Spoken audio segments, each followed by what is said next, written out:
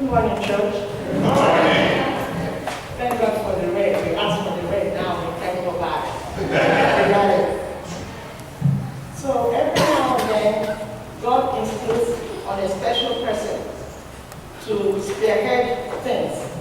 The freedom that we enjoy today, somebody has paved the way for it. Amen. So today, I'm going to talk about Rosa Parks, a very fearless woman that paved the way to end racial segregation in the public transportation areas. So, the civil service activist Rosa Parks was born on February 4, 1913 in Tuskegee, Alabama.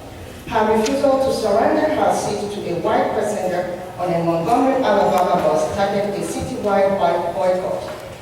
The city of Montgomery had no choice but to lift the law requiring segregation on public buses, and Rosa Parks received many awards during her lifetime, including the NAACP's highest award. Rosa Parks was born on February. Okay, now we talked about that. Okay. She was taught by her mother at an early age. She went to a school highly segregated. One room in school in Pine Level, Alabama, that often lacked adequate school supplies such as desks, and African American students were forced to walk through the 6th grade schoolhouse, while the city of Pine Valley provided bus transportation as well as a new school bus building for white students. I'm going to try to go as fast as I can because I want to give you all the story. It's amazing. In 1932, at the age of 19, Rosa met and married her husband, Raymond Parks, and he was a barber. He was also a member of the National Association for the Advancement of Colored People. All right. Rosa earned her high school degree in 1933. She soon became actively involved in civil rights issues by joining the Montgomery chapter of NAACP in 1943, serving as the chapter's youth leader as well as secretary to NAACP president, which the president's name was E.E. Nixon. So this was the story. The Montgomery City Code required that all public transportation be segregated and that the bus drivers had the powers of a police officer of the city while in actual charge of any bus for the purpose of carrying out the provisions of the code, that the drivers were required to provide separate but equal accommodations for white and black passengers by assigning seats. This was accomplished with a line roughly in the middle of the bus, segregating the white passengers in the front of the bus and the African-American passengers in the back. When an African-American passenger boarded the bus, they had to get on at the front to pay their fare and then get off and reboard the bus at the back door. Then the seats in the front of the bus filled up and more white passengers got on the bus. So the driver would move back the sign sheet separating black and white passengers. And if necessary, they will ask the black passengers to give up their seats. So on December 1, 1955, after a long day's work at the Montgomery department store, where Rosa Parks worked as a seamstress, Rosa boarded the bus on Cleveland Avenue. She took a seat in the first of the several rows designated for the colored passengers. So the city's bus ordinance did give the drivers the authority to assign seats, but it did not tell them to specifically have the authority to demand that a passenger to give up a seat to anyone regardless of color. However, Montgomery bus drivers had adopted that custom of requiring black passengers to give up their seats. So as the Rosa was sitting on the bus, it began with all the white passengers. Eventually, the bus was full, and the driver noticed that several white passengers were standing on the aisle. He stopped the bus and moved the sign separating the two sections back one row and asked 4 black passengers to give up their seats. 3 of them complied, but Rosa refused and remained seated.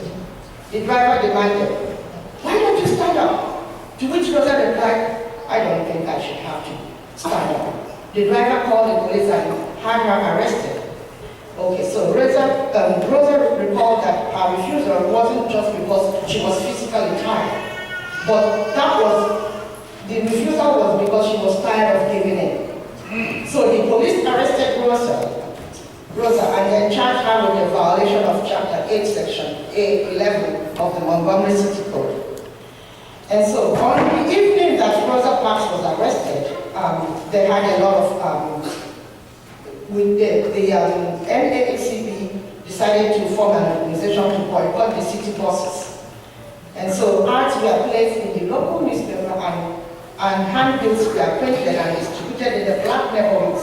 Members of the African American community were asked to stay off city buses on Monday, December 5th, the day of Rosa's trial.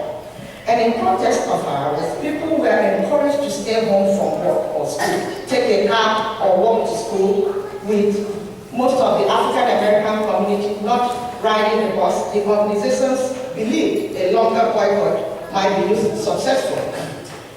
When Rosa arrived at the court, so many people were there to greet her, and the boycott was very, very successful. In the meantime, the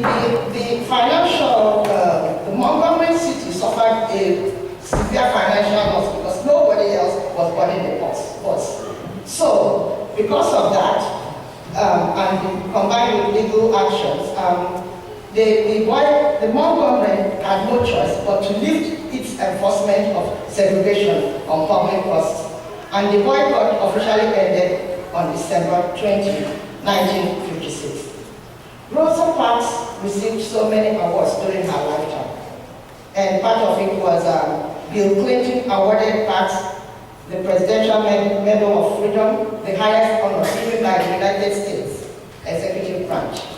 And Time magazine named Rosa Parks on its list of the 20 most influential people of the 20th century. And so on October 20th, 2005, October 24, 2005, at the age of 92, Rosa Parks quietly died in her apartment in Detroit, Michigan. She had been diagnosed with progressive dementia.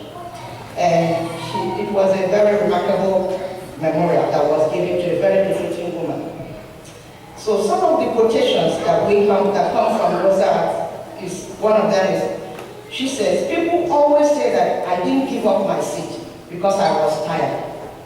But that isn't the truth. No, the only tired I was tired of giving in. Yes. Okay.